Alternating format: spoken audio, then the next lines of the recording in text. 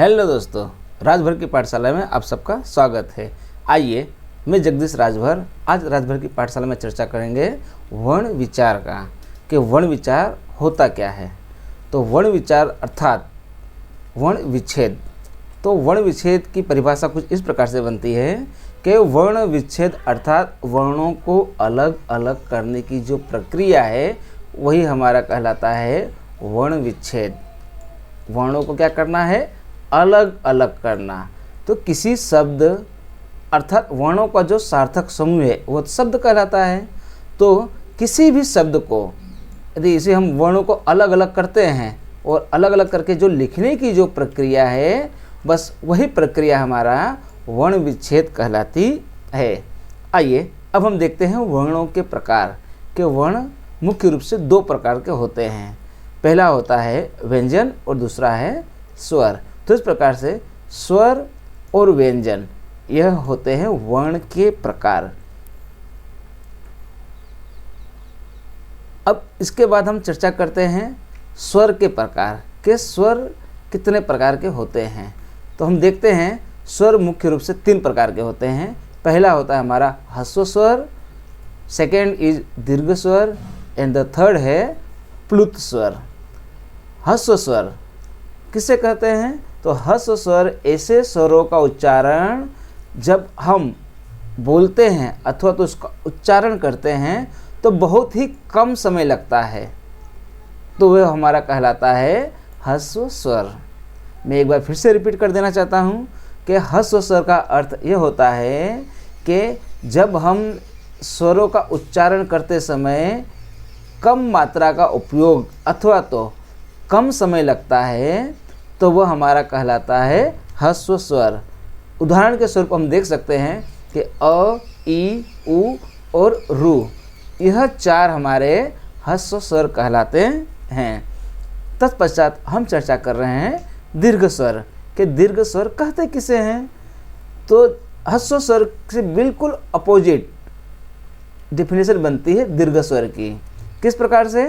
कि ऐसे स्वर जिनका उच्चारण करने में ह्रस्व स्वर की अपेक्षा ज़्यादा समय लगे, अर्थात 2 गुना समय लगता है, 2 मात्राओं का समय लगता है, तो वही कहलाता है हमारा दीर्घ स्वर।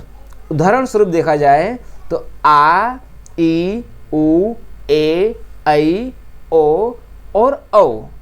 तो कुल मिलाकर के यह 7 हमारे दीर्घ स्वर कहलाते हैं। अब हम चर्चा करेंगे नंबर 3 प्लुत स्वर।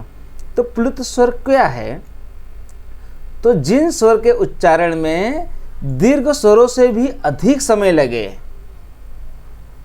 दीर्घ स्वरों से भी ज़्यादा समय लगता है, तो वह प्लुत स्वर कहलाता है। और ऐसे स्वरों को दिखाने के लिए अंग्रेजी का जो एस है वह उसकी निशानी कहलाती है। उदाहरण स्वरूप देखा जाए, यदि हमें ओम लिखना है तो देखिए ओम, तो ओम शब्द में उच्चारण करते समय दीर्घ स्वर से भी ज़्यादा समय लगा, तो इसलिए यहाँ यह प्लुत स्वर कहलाया। ठीक उसी प्रकार से हे राम, सुनो, ऐसे शब्दों का उच्चारण करने के लिए हम प्लुत स्वर का ही उपयोग करते हैं। तो इस प्रकार हमने प्लुत स्वर के बारे में जानकारी प्राप्त की। और आइए एक बार फिर से हम वर्ण विच्छेद की चर्चा करते हैं। वर्ण विच्छेद अर्थात स्वर और व्यंजन इन्हें अलग अलग करना ही वर्ण विच्छेद कहलाता है। उदाहरण स्वरूप देखा जाए, एक शब्द है निधि। निधि क्या है? यह अपने आप में एक शब्द है और इसका यदि हमें वर्ण विच्छेद करना होता है तो कुछ इस प्रकार से बनता है कि न प्लस ई प्लस ध प्लस ई। क्योंकि यहाँ पे देखिए जो न वह स्वर है, लेकिन इस स्वर के साथ, माफ़ कीजिएगा, न यह एक व्यंजन है लेकिन इस व्यंजन के साथ ई स्वर जुड़ा हुआ है। तो इस प्रकार से हमने एक व्यंजन को और उसके साथ जुड़े हुए स्वर को अलग किया। ठीक उसी भांति ध और ध के साथ जुड़ा हुआ जो स्वर है ई, इसे अलग करके लिखा तो हमारा बन जाता है यह निधि। दूसरे उदाहरण में हम देखें कुमार। तो कुमार में हम देख सकते हैं कि इसका वर्ण विच्छेद कर रहे हैं तो क प्लस उ प्लस म प्लस आ प्लस र प्लस अ। तो इस प्रकार से इनका संयोजन होता है कुमार। और कुमार का जो विच्छेद करे वर्णों का, तो वर्णों का विच्छेद कुछ इस प्रकार से बनता है। आइए अब हम चर्चा करते हैं वर्ण विच्छेद के कुछ और उदाहरण। और वर्ण विच्छेद के उदाहरण के अंतर्गत हमें इस पार्ट में सिर्फ और सिर्फ स्वरों की ही चर्चा करनी है। और शुरुआत करते हैं हम अ स्वर से संबंधित कुछ उदाहरण। कलम, तो हम देख सकते हैं कि कलम का जब वर्ण विच्छेद करते हैं तो क प्लस अ प्लस ल प्लस अ प्लस म प्लस अ। तो इस प्रकार से आप देखिए बनता है हमारा कलम। तो कलम, ये जो वर्ण, ये जो शब्द दिए हुए हैं, इसका वर्ण विच्छेद कुछ इस प्रकार से बनता है। और इनका यदि वर्ण संयोजन किया जाए तो वर्ण संयोजन हमारा बन जाता है कलम। ठीक उसी प्रकार से दूसरा शब्द है कथन। और कथन का यदि हम वर्ण विच्छेद करें तो क प्लस अ प्लस थ प्लस अ प्लस न प्लस अ। तो इस प्रकार से क थ न, तो हमारा यह बनता है कथन। इन वर्णों का जो विच्छेदन हुआ है, अलग अलग हुआ है, यदि इनका हम संयोजन करें तो संयोजन करते समय जो शब्द आता है वह शब्द है कथन। हमने सीखा अ स्वर से संबंधित कुछ उदाहरण। अब हम सीख रहे हैं आ स्वर से संबंधित कुछ उदाहरण। देखिए यहाँ दिया हुआ है नाना। तो न के अंदर आप देखिए आ की मात्रा है और न के अंदर आ की मात्रा है।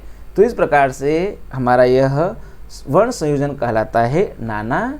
ठीक उसी प्रकार से पाप की यदि चर्चा करें तो प प्लस आ प्लस प प्लस अ। तो ये हमारा आ स्वर से संबंधित वर्ण विच्छेद। अब इसके पश्चात ह्स्व ई की हम चर्चा करते हैं। तो ह्स्व ई का उदाहरण है किताब।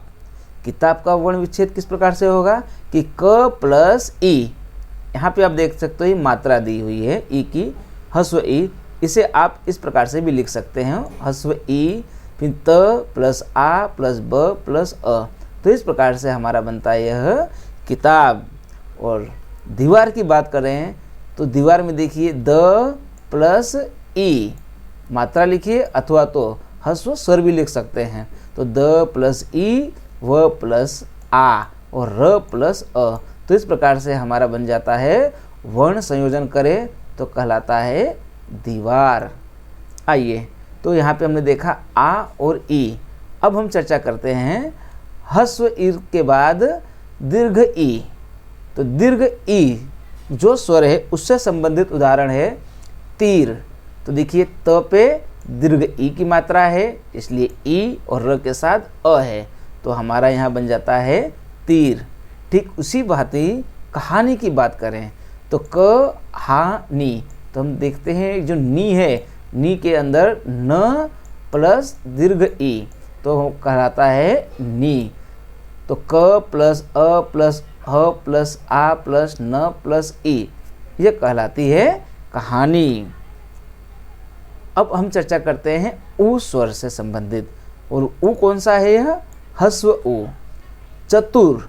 तो चतुर में हम देखिए च तु र, तीन वर्ण हैं, लेकिन इन सब के साथ जो जो स्वर जुड़े हुए हैं वो कुछ इस प्रकार से है।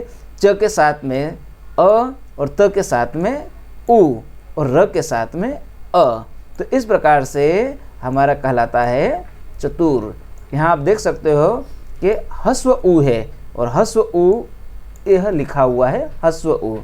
ठीक उसी प्रकार से अनुमान की हम चर्चा करते हैं तो अनुमान। तो अ हमारा पहले से स्वतंत्र स्वर है और न के साथ उ स्वर जुड़ा हुआ है और म के साथ आ स्वर है और न के साथ अ स्वर है। इस प्रकार से इनका वर्ण संयोजन कहलाता है अनुमान। तो यहाँ हमने चर्चा की दीर्घ ई और ह्स्व उ। अब आइए हम दीर्घ उ की चर्चा करते हैं कि दीर्घ उ से संबंधित और कौन कौन से उदाहरण हो सकते हैं। तो चूक। तो च पे देखिए यहाँ दीर्घ उ अर्थात बड़े उ की मात्रा है, तो ये हो गया हमारा बड़े उ की मात्रा च के साथ। और क के साथ क्या है? अ। तो हमारा कहलाता है यह च प्लस उ प्लस क प्लस अ अर्थात चुख। दूर, तो द के साथ दीर्घ उ है तो दू और र के साथ अ, तो संयोजन इसका होता है वर्ण संयोजन दूर। ठीक उसी प्रकार से अब रू की बात करते हैं हम, ये भी एक स्वर है। तो रू के अंतर देखिए, हमने लिखा है गृह, तो गृह लिखते समय उच्चारण तो हम करते हैं गृह का, लेकिन एक्चुअली में ये क्या है, ये भी हमारा एक स्वर है और वह स्वर है रू। तो ग प्लस रू प्लस ह प्लस अ कहलाता है हमारा गृह। ठीक उसी प्रकार से अमृत, तो अमृत के अंदर देखिए अ पहले से ये स्वतंत्र स्वर है और म के साथ रू है, तो म के साथ रू और त के साथ अ, तो इस प्रकार से यह बन गया हमारा अमृत। अब हमने चर्चा की रू की, अब रू के बाद ए स्वर की बात करते हैं। तो ए अर्थात एक मात्रा और ख के ऊपर एक मात्रा है और खेल, तो इस प्रकार से ख ए ल अ, तो हमारा कहलाता है यह खेल। और बेकार की बात करें तो ब के साथ ए और क के साथ आ और र के साथ अ, तो इनका वर्ण संयोजन हो गया बेकार। ये था ए स्वर। अब हम चर्चा करेंगे ऐ स्वर। ऐ स्वर में दो मात्रा होती है, किस तरह से देखिए, बैठक, तो बैठक में जब हम दो मात्रा दर्शाना हो तो हम इस प्रकार से लिखते हैं। तो ये हमारा बना बै और ठ प्लस अ, तो ठ और क प्लस अ, तो क, तो हमारा ये कहलाया बैठक। ठीक उसी भांति तैयार की बात करते हैं, तो जो वर्ण दिया हुआ है तैयार, तो तैयार का जब वर्णों का हम विच्छेदन करते हैं तो कहलाता है त प्लस ऐ, य प्लस आ, र प्लस अ, तो बन गया तैयार। जिस प्रकार हमने ए और ऐ की चर्चा की, आइए अब हम ओ की चर्चा करते हैं। ओ जो स्वर है उसके अंतर्गत हम उदाहरण के रूप में ले सकते हैं सोना।